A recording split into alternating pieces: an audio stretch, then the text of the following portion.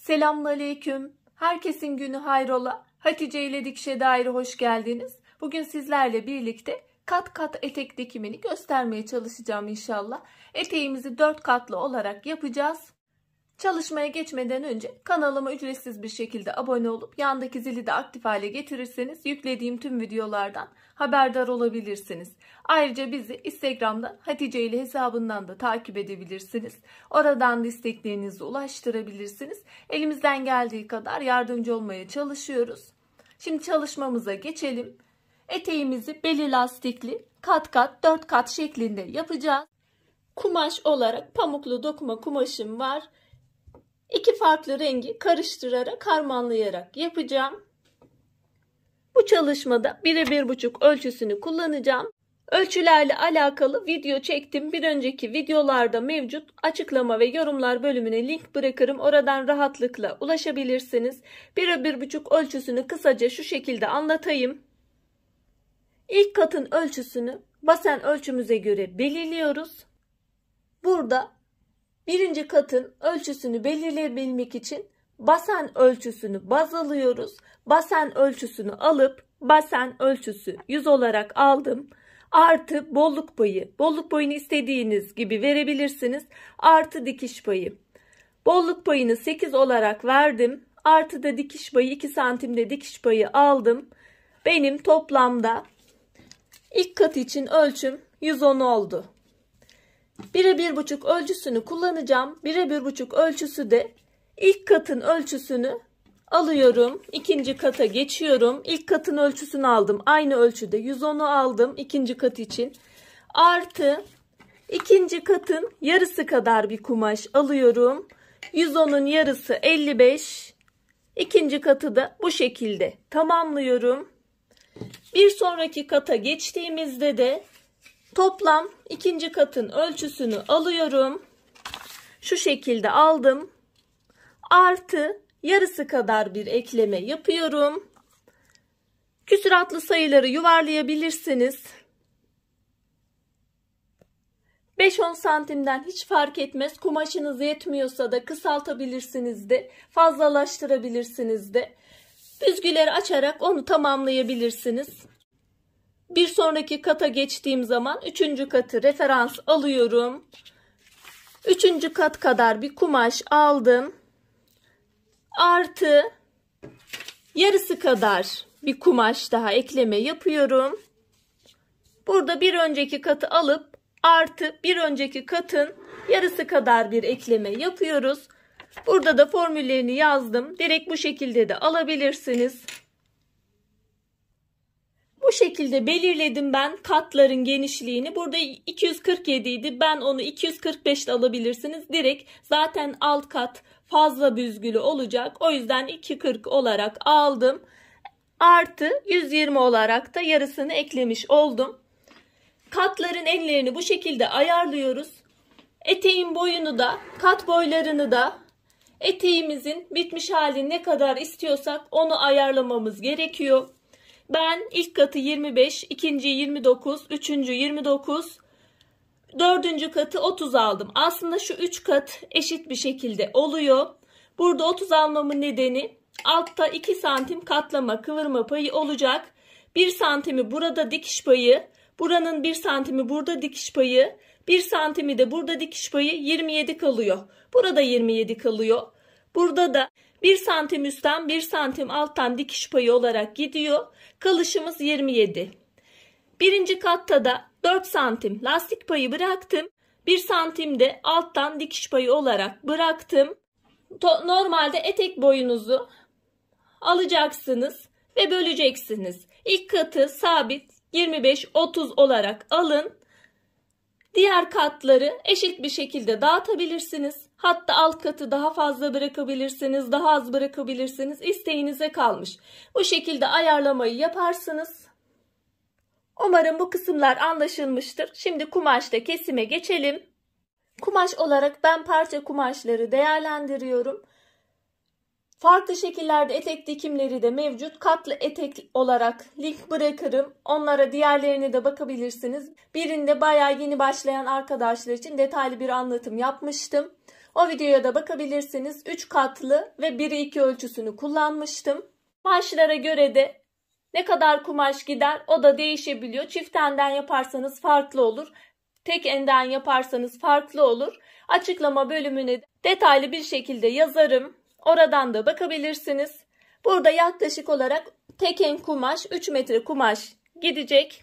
4 katlı yaptığım için katlar arttıkça kumaş daha fazla gidecektir. Çünkü daha fazla büzgü olacaktır. 3 katlılarda buna oranla biraz daha az kumaş gidiyor.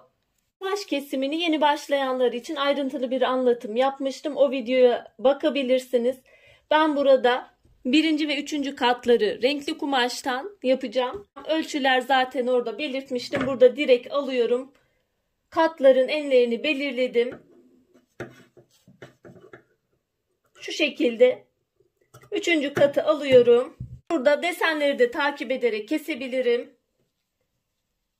Şu şekilde de ayırabiliriz.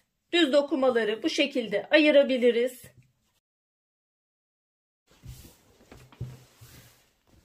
Üçüncü katın kumaşlarını aldım.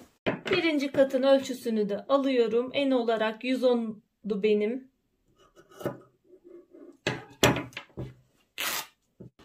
Diğer katları da aynı şekilde ölçülerini alıyorum. Diğer kumaşımı da ayırdım. İpliklenmemesi için önce şu kenarları büzgüden önce overlocklarını gideceğim. Benim bu kumaşımda biraz eğrilik çıktığı için bu kumaşın ölçülerini biraz küçüldü boy ölçüsü. O yüzden ende sorun olmaz 5-10 santim zaten. 1. katın boyunu 25 değil de 30'a yakın alacağım. 1. katın boyunu. 1. katı bir bütün olarak almıştım. Dengeli durması için iki taraftan dikişli olabilmesi için bu kenarı da açıyorum. Diğer kenarları overlock gittim. Bu kenarları da gideceğim. 2. katta da aynı şekilde tek parça benim. Dengeli durması için yan kenarın diğer kenarını da açıyorum. 1. kat, 2. kat büzgüler yapılacak. 3. kat 2 parça halinde zaten çıkarmıştım. O yüzden iki tarafı dikişli olacak. Ayırmama gerek yok. Bu da 3. kat. Büzgüler yapılınca birbirine ayar olacak, eşit olacak. 4. katta aynı şekilde olacak. Büzgü işlemine geçeceğiz. Normalde iki şekilde yapabiliriz. Şu 1. katı zaten büzgü olmayacak. 2. katın 2 yan dikişini de kapatıp büzgüsünü yapabiliriz. Bir de yan kenarları kapatmadan direkt büzgülerini yapacağım. Katları ekledikten sonra 2 yan kenarı sonra kapatacağım. Önce büzgü işlemine geçelim. Büzgü yapabilmek için tansiyon ayarını 9'a alıyoruz. Dikiş adım uzunluğunu da seyrek dikişi alıyoruz. Benim makinamda 4,5 yukarı çıktım. Yani seyrek bir dikiş yapacağız.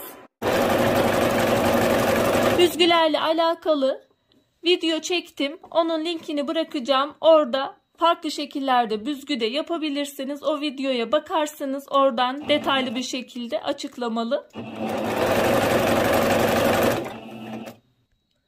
Bu kamera açısından da gösteriyorum. Makine kendiliğinden büzüyor.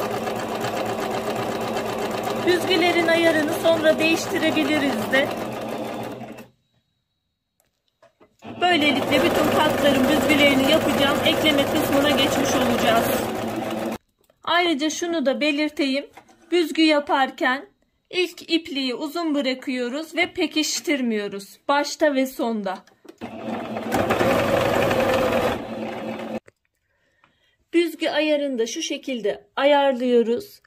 1. kat, 1. kata büzgü yapmıyoruz. 1. katın alt tarafın ölçüsüne göre 2. katın bir sonraki katın büzgü ayarını ayarlıyoruz. Benim şöyle makinam çok hafif bir açmam gerekiyor. Burada benim gibi büzgü ayarı yani biraz 2. katın kumaşı kısa gelirse büzgüyü hafif şu şekilde açabilirsiniz. Şu şekilde sıkıştırılabilir. açılabilirdi. Ya büzgü birebir denk gelmesi şart değil. Bu yöntemle büzgüleri ayarlayabiliriz. Büzgüsüz tarafa bir sonraki 3. katın büzgü ayarı eşit gelecek şekilde ayarlıyoruz. Benim burada bu katta da büzgü hafif fazla geldi. Onu da sıkıştırarak bu katın buradaki kısmına eşitlemem gerekiyor. Aynı şekilde büzgüyü biraz sıkıştıracağım. Bu kadar basit. Bir sonraki katı da aynı şekilde ayarlıyorum. Büzgü ayarlarını bu şekilde ayarladım. Şimdi ekleme kısımlarına geçeceğiz. Önleri bir ekleyeceğim, arkayı bir ekleyeceğim. Sonra 2 yan kenarı kapatacağız. Şu şekilde iğneleyeceğim.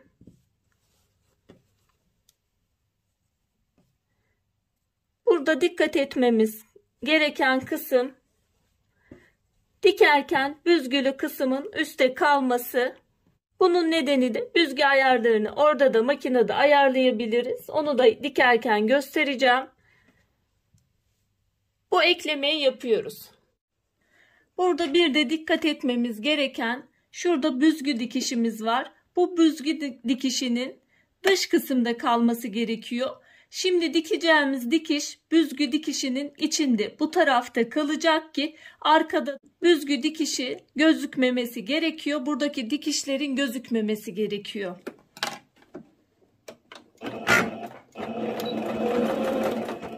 Pekiştiriyorum. Şöyle bir aparatla da büzgüleri düzelterek gidebiliriz.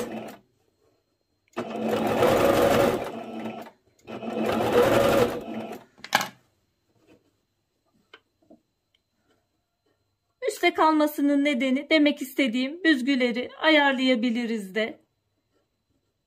Dağılımını ve büzgülerin düzgün bir şekilde dikilmesini sağlıyoruz. Üste büzgü kısmını bırakarak bu şekilde dikiyorum. Diğer katları da aynı şekilde ekleyeceğim. Birinci kata, ikinci kata ekledik. Şimdi 3. katı eklemesini yapacağız. Düz kısımlar birbirine gelecek şekilde yapıyoruz. Bunu da buradan tutturuyoruz.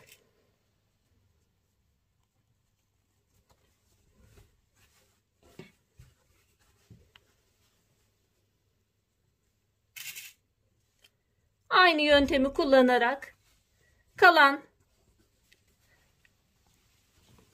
kısımları da dikiyoruz. Aynı yöntemle bu kısmı da dikiyoruz. Burada da yine dikiş dış kısımda kalacak.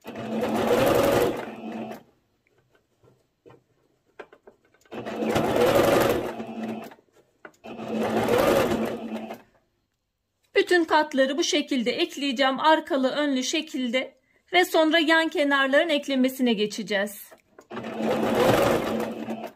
Katların eklemesini bitirdim. Birinci kat, ikinci kat, üçüncü ve dördüncü kat bitti. Diğer kenarı da aynı şekilde yaptım. Yüzü yüzüne bakacak şekilde yerleştiriyorum. Şurada dikişi dikişe denk getiriyoruz. Bütün dikişlerde olduğu gibi. Ve iğneliyorum. 2 yan kenarı dikiyoruz. Buraların ilk başta overlocklarını gittiğim için sonradan overlock gitmedim. İsterseniz tekrar ikisini bir de gidebilirsiniz. Ama ilk baştan gittiğim için o kısımları gitmedim. Şimdi yan dikişleri yapıyoruz. Yan dikişleri de yaptık. Şimdi etek ucu kısmına ve bel kısmına geçeceğiz. Etek ucuna geçiyoruz. Etek ucunu da şöyle bir katlıyorum. Overlock çektiğimiz için bu şekilde bir kere de katlayabilirsiniz. İnce kumaş olduğu için, çok kalın kaba kumaş olmadığı için ben bir daha katlayacağım. Şu şekilde dikeceğim. Etek ucunun dikişini de bitirdik. Şu şekilde oldu etek ucu dikişimiz. Ütülenecek eteğimiz. Şimdi bel kısmına geçiyoruz. lastik bölümünü kanal yaparak yapacağım. Şöyle bir katlayacağım. Bir daha katlayacağım. Bu katlamanın genişliğini lastiğin içinden rahat bir şekilde geçeceği şekilde yapıyoruz. Lastik içinden rahat bir şekilde geçmesi gerekiyor. Bir katlıyorum. Bu katlamada içinden lastik rahat bir şekilde geçeceği şekilde katlama yapacağız. Lastik genişliğim 3 santim. Yaptığım kanal 3,5 santime yakın. Bir kanal alıyorum. 2-3 milim fazla oluyor. Lastik geçirmek için bir kısım bırakıyorum. Buradan lastiği geçireceğiz. Lastik ölçüsünü de belden 5 santim kısa lastik alıyoruz. Firkete iğne yardımıyla geçiriyorum. Bıraktığımız boşluktan lastiği geçirdikten sonra şöyle üst üste getirerek şuradan bir dikiş, şuradan bir dikiş yapıyoruz. Lastiği diktikten sonra içeri doğru yerleştiriyoruz. Büzgü ayarının dengeli bir şekilde dağılmasını sağlıyoruz. Lastik geçirmek için bıraktığımız kısmı da dikiyoruz. Bel kısmının lastiği geçirildi. Üstünden şu orta kısımdan lastiğin tam ortasından bir dikiş daha geçeceğim. Bu dikişi yapmamızın nedeni de yıkandığı zaman lastiğin dönmemesi için, kolay giyim için bunu yapıyoruz. Ayrıca şu katları ekleme kısmında baskı dikişi 2 milimden bir baskı dikişi uygulayacağım kat bölümlerini ve bitirmiş olacağız. Lastiğin tam ortasından yine aynı şekilde çektirerek dikiyorum.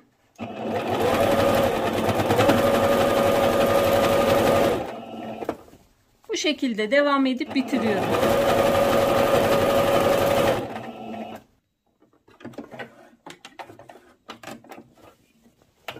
Şimdi baskı dikişlerine geçiyorum.